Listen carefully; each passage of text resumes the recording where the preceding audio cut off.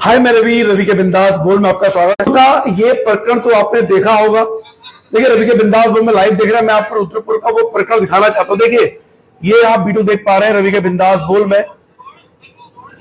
ये देखिए आप, ये देखिए, ये प्रकरण आपने देखा होगा जब रुद्रपुर में एक दरोगा ने एक सिख युवक को पकड़ लिया था और उसके बाद ये वीडियो बड़ा वायरल हुआ है। आप इस वीडियो को देख पा रहे हैं और देखिए, ये वीडियो पूरे उत्तराखंड में जबरदस्त वायरल हुआ। सिख लोगों में बड़ी नाराजगी थी, संगठनों में। और ये जो दरोगा है, ये है संदीप पिलखवाल। अब इन्होंने भी क्रॉस एफआईआर करने की ठानी है और सहयोग नहीं मिल पा रहा, इसकी वो बात कर रहे हैं। फिलहाल देखिए, ये संदीप पिलखवाल है और ये वो सिख युवक। ये वीडियो बड़ा वायरल हुआ, इसके बारे में पूरी जानकारी आपको होगी। फिलहाल मैं आपको इस विषय पर कुछ बातें आपके सामने लाना चाहता हूं संज्ञान में। देखिए, रवि के बिंदास बोल पे आप लाइव देख रहे हैं। इस समय ये जानना है आप लोगों को जरूरी, क्या एक पुलिस वाले को ये अधिकार नहीं है कि जो गलती कर रहा है उसे हिरासत में ले? क्या कानून का पालन नहीं करना चाहिए? इस समय पूरे उत्तराखंड में हर जिले की पुलिस जितने भी नौजवान या बाइकर्स गलत ढंग से ले जा रहे हैं, ट्रिपलिंग कर रहे हैं, उन सबकी धरपकड़ कर रही है, उनके पेपर जांच रही है। अब यह मामला रुद्रपुर का था और इस रुद्रपुर वाले मामले में सारा दोष संदीप पिलखवाल के मत्थे जड़ दिया गया कि उसने बहुत गलत किया और यह भी कहा गया कि उसने पगड़ी पे हाथ लगाया, यानी सिख धर्म का अपमान किया। क्या वास्तव में ऐसा था? देखिए, मैं एक बात को बता देना चाहता हूं कि संदीप पिलखवाल के बारे में मैंने जो जानकारी अभी ली है लोगों से वहां रुद्रपुर में, तो वो बहुत सख्त किस्म के माने जाते हैं और वो किसी की सुनते नहीं है। अकड़ू टाइप के माने जाते हैं, लेकिन ईमानदार भी माने जाते हैं। यानी जो ईमानदार होगा वो सख्त होगा, कड़ा होगा, ऐसी चर्चाएं आम रहती हैं। रामनगर थाने में कभी कैलाश पवार हुआ करते थे, वो भी किसी की नहीं सुना करते थे। अब ये जो लाइव से जुड़े हैं, मामला यह था कि संदीप पिलखवाल जी रुद्रपुर में एक जगह पर चेकिंग अभियान कर रहे थे और ऑलरेडी वो कुछ लोगों का चालान कर चुके थे और बाकियों को पकड़ चुके थे।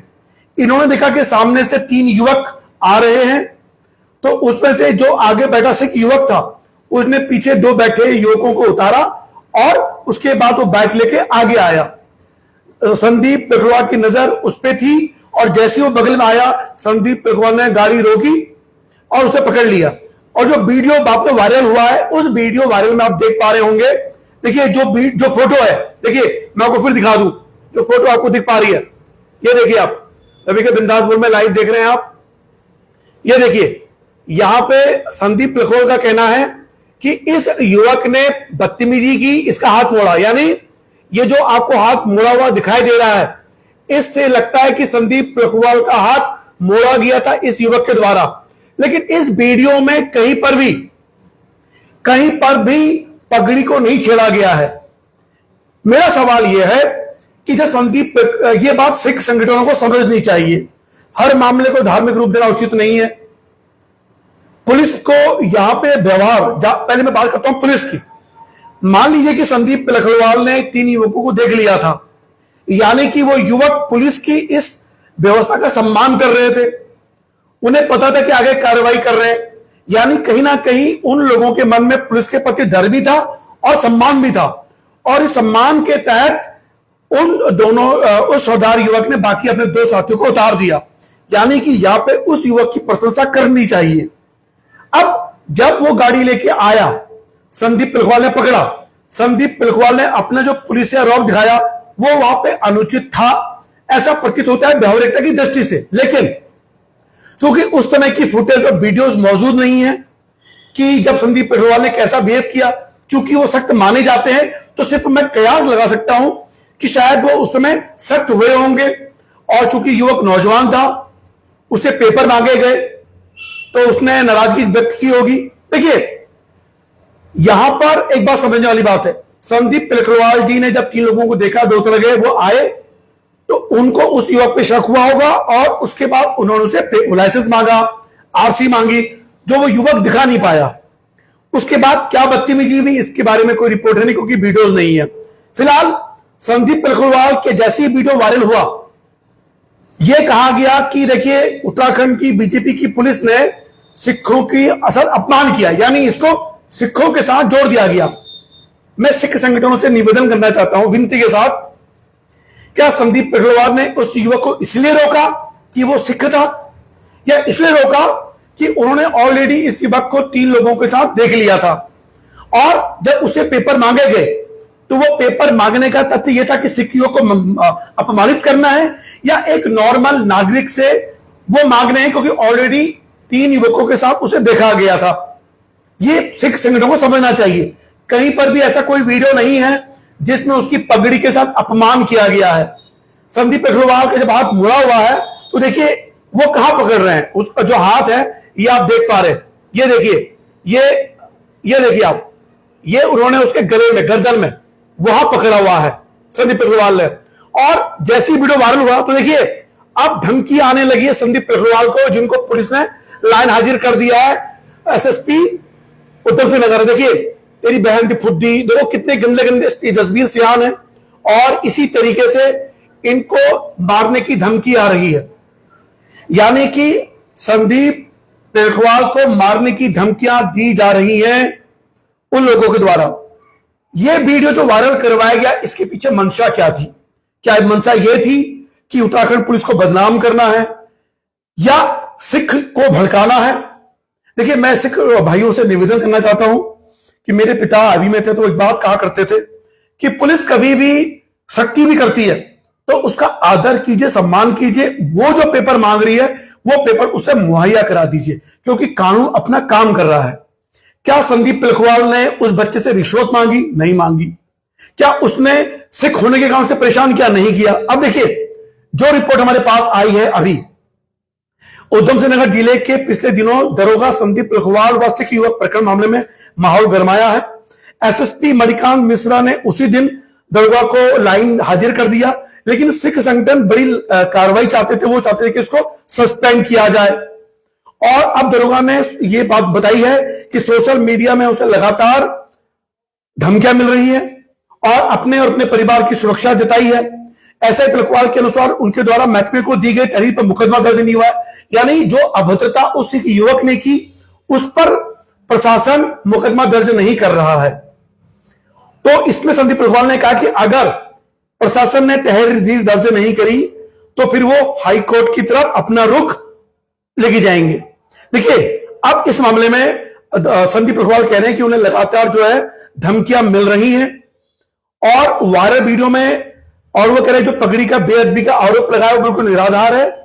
वीडियो में युवक ने उनका हाथ पकड़ा हुआ है, इसलिए उन्होंने उसको कॉलर पकड़ा ताकि वो भाग ना जाए। जब युवक ने गाड़ी और कागज और लाइसेंस दिखाने व ना दिखाने पर गाड़ी सीज करने की बात कही कि तो उल्टा दरोगा को ही गाली। देखिए सुनिए हुआ क्या। जब दरोगा ने कहा कि ना तो आपके पास लाइसेंस है ना आपके पास गाड़ी के कागज है तो गाड़ी सीज होगी, और इस समय दरोगा को ही गाली गलौज करने लगा। अब मुझे यह जानना है सिख संगठनों से जो इस विषय पर नाराज हैं और पुलिस महकमे से भी, क्या अगर कोई बाइक जिसमें लाइसेंस नहीं है और अगर उस पर गाड़ी के कागज नहीं है, क्या इस ऐसे समय पे गाड़ी सीज होनी चाहिए या नहीं होनी चाहिए? कानून कहता है कि सीज होनी चाहिए। तो अगर दरोगा गाड़ी सीज करना चाहते थे तो उसमें वो क्या गलत कर रहे थे कानून के तौर पे? हालांकि मैं फिर कह रहा हूं उस युवक की नादानी है, देखिए ये पुलिस का सम्मान कर रहा है, उसको छोड़ा भी जा सकता था, लेकिन संदीप पेटवाल जिस मिजाज के हैं वो छोड़ते नहीं। फिलहाल और नाम पता ना बताने पर स्थिति संदिग्ध लगने, और नाम भी नहीं बताया गया, पता भी नहीं बताया गया था। देखिए उस युवक ने ना तो नाम बताया ना पता बताया, तो नए कानून बीएनएस की धारा 39, 39, 172 और एमवी एक्ट की धारा 203 के तहत चौकी ले जाया जा रहा था। इसे वह हाथ छोड़कर भागने और सरकारी पैसा निकालने का प्रयास करने लगा। देखिए यहां तक यह सरकारी पैसा निकालने वाली बात मुझे तो इसमें ये तो मैं दरोगा ही बता सकता है, ये युवक ही बता सकता है। यहां पर थोड़ा सा मुझे यह अजीब लग रहा है कि कोई इतना युवक जो 2 लोगों को छोड़ के आया वो पिस्टल क्यों निकालेगा। फिलहाल दरोगा को देख लेने और टपकाने की धमकी दी जो वायरल वीडियो के 10 सेकंड में बोली गई है। उक्त युवक के साथ दरोगा के अनुसार किसी भी तरह की मारपीट नहीं की गई, गाड़ी सीज ना हो इसलिए वह विवाद द्वारा युवक द्वारा किया गया। संदीप पेटवाल जी कहते हैं कि मेरे द्वारा निर्वाह किया ड्यूटी का, और कुछ स्थानीय राजनीतिक लोगों द्वारा इस प्रकरण को धार्मिक रंग देकर राजनीति करने की कोशिश कर रहे हैं और की जा रही है। और दरोगा पिलखवाल ने चिंता व्यक्त करते हुए कहा कि भविष्य में ऐसी परिस्थिति में कोई सरकारी कर्मचारी अपनी ड्यूटी का निर्वहन कैसे कर पाएगा और सरकारी कर्मियों पर बेवजह के आरोप लगते रहेंगे। अब इस विषय पर जो मैं समझ पाया हूं, संदीप पिलखवाल जी के बारे में मैंने सुना जाना लोगों के बारे में कि बहुत सख्त है, किसी की नहीं सुनते। अगर कोई है तो कितना बड़ा कोई नेता हो, अधिकारी हो, अगर गलत है तो गलत है, उस व्यक्ति को लिखे जाएंगे, यानी सख्त माने जाते हैं। और 2015 के बैच के दरोगा हैं। क्या एक दरोगा जो सख्त है, अपनी कर्तव्य निष्ठा से काम कर रहा है, क्या उसके साथ यह व्यवहार होना चाहिए? सिख संगठनों के दबाव में पुलिस, देखिए जहां तक वीडियो वायरल हुआ है, मुझे भी वो वीडियो बहुत गलत लगा और पहली नजर में मुझे भी बहुत गुस्सा आया कि दरोगा इस तरह की हरकतें क्यों कर रहा है। मतलब लड़का बच्चा भी मुझे नौजवान दिखाई दिया। अब जो दूसरा पक्ष आया है सामने, देखिए जो जोड़ रहे हैं बता दूं, संदीप पिलखवाल जब चेकिंग कर रहे थे और यहां वो बता रहे हैं कि इसके पहले उन्होंने और भी, देखिए संदीप पिलखवाल ने चौकी इंचार्ज के चार्ज देने के बाद मोटर वाहन अधिनियम के तहत बिना हेलमेट, ट्रिपल राइडिंग, बिना कागजातों में अभी तक कम से कम 55 चालान किए हैं। सुनिए गौर से, यानी वो 55 चालान करने वाले सिख युवकों के अलावा भी रहे होंगे। यानी कि प्रथम दृष्टया तो ये साबित हो रहा है कि सिख युवक होने के कारण उसके साथ ये कार्रवाई नहीं की जा रही थी। यानी अगर सिख युवक की जगह कोई और युवक होता और वो ऐसी हरकतें करता, भागने की कोशिश करता, नाम पता नहीं, उसकी भी बाइक सीज होती। और सुनिए संदीप पिलखवाल जी बोलते हैं कि जो 55 चालान की कार्रवाई की गई, उन्हें छुड़वाने के लिए काफी जनप्रतिनिधियों के द्वारा दबाव डालने का प्रयास किया गया, किंतु उनके द्वारा कोई सिफारिश नहीं सुनी गई, जिसके कारण सभी एकजुट होकर मेरे खिलाफ हो गए हैं। एसआई के अनुसार सोशल मीडिया में उनकी छवि को गलत तरीके से परोसा जा रहा है। उनका पक्ष जाने बिना उनके बारे में अनर्गल बातें की जा रही हैं।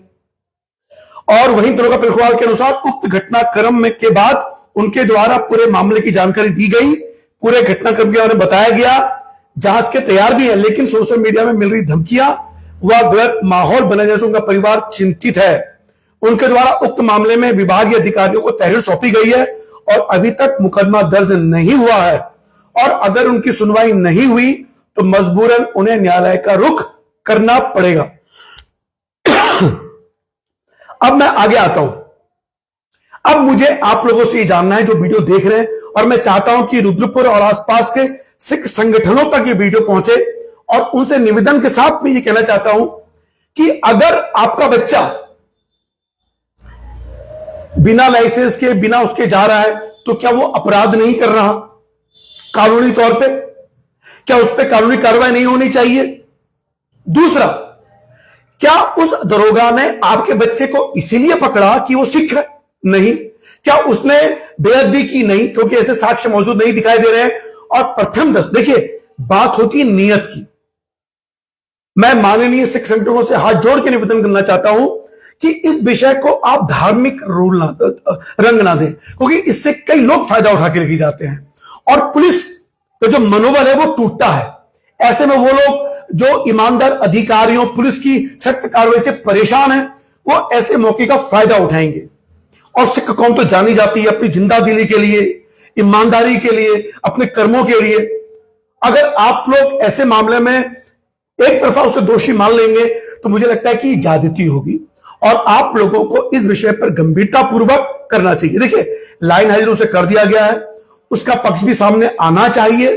यह निवेदन के साथ में कर रहा हूं, क्योंकि आपके कारण और भी लोग इसको राजनीतिक और धार्मिक रंग देकर माहौल बिगाड़ने की कोशिश कर रहे हैं।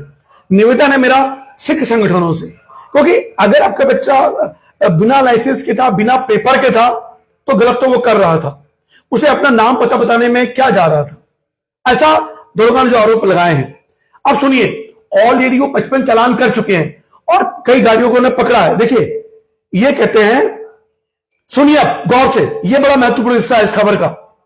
चौकी प्रभारी आदर्श कॉलोनी की नियुक्ति दौरान 18 सितंबर सायकालीन चौकी में चौकी हाजा के पुलिसकर्मियों के साथ चौकी क्षेत्र में पहले गाबा चौक पर चेन स्ट्रेचिंग, मोबाइल झपट्टामारी हुआ। चलते वाहन से ही महिलाओं से छेड़खानी की शिकायतों के संबंध में चौकी क्षेत्र में स्थित मंगलम बर्गर के पास चौराहे पर संदिग्ध वाहनों, ट्रिपल राइडिंग, बिना नंबर प्लेटों के वाहनों, रेस ड्राइविंग करने वाले वाहन चालकों के विरुद्ध मोटर वाहन अधिनियम चेकिंग कर रहे थे। और मेरे द्वारा, यानी ऐसे दरोगा कह रहे हैं, 4 वाहन चालकों के विरुद्ध मोटर वाहन अधिनियम में कार्रवाई की गई। 2 वाहन चालकों के विरुद्ध ट्रिपल राइडिंग और बिना वैध कागजात में वाहनों की सीज किया गया। 2 वाहन चालकों के बिना हेलमेट में नगद संयोजन किया गया। उक्त चालान की कार्रवाई के दौरान 8 बजे रात को चेकिंग पॉइंट के पास 20 मिनट पहले एक ट्रिपल राइडिंग करते हुए एक मोटरसाइकिल चालक द्वारा वाहन रोका गया और उस मोटरसाइकिल में बैठे तीसरा सवार द्वारा पुलिस को मोटरसाइकिल से देख कूदकर भाग गए। इस गतिविधि को संदिग्ध मानकर मेरे द्वारा उस मोटरसाइकिल, जिसका नंबर है यूपी 22, यानी ये गाड़ी उत्तर प्रदेश की है, AV 6647 के वाहन चालक को रोककर तीसरे व्यक्ति के बारे में पूछा तो उसने कुछ नहीं बताया और संदिग्ध लगने पर उसे नाम पता पूछा और गाड़ी के वैध कागजात दिखाने को कहा तो उक्त वाहन चालक द्वारा कोई भी कागजात नहीं होना दिखाया गया। मेरे द्वारा जब मोटरसाइकिल सीज करने की बात कही गई तो अपने को छोड़ देने की बात कर मुझे गाली गलौज करके देख लेने की धमकी दी गई।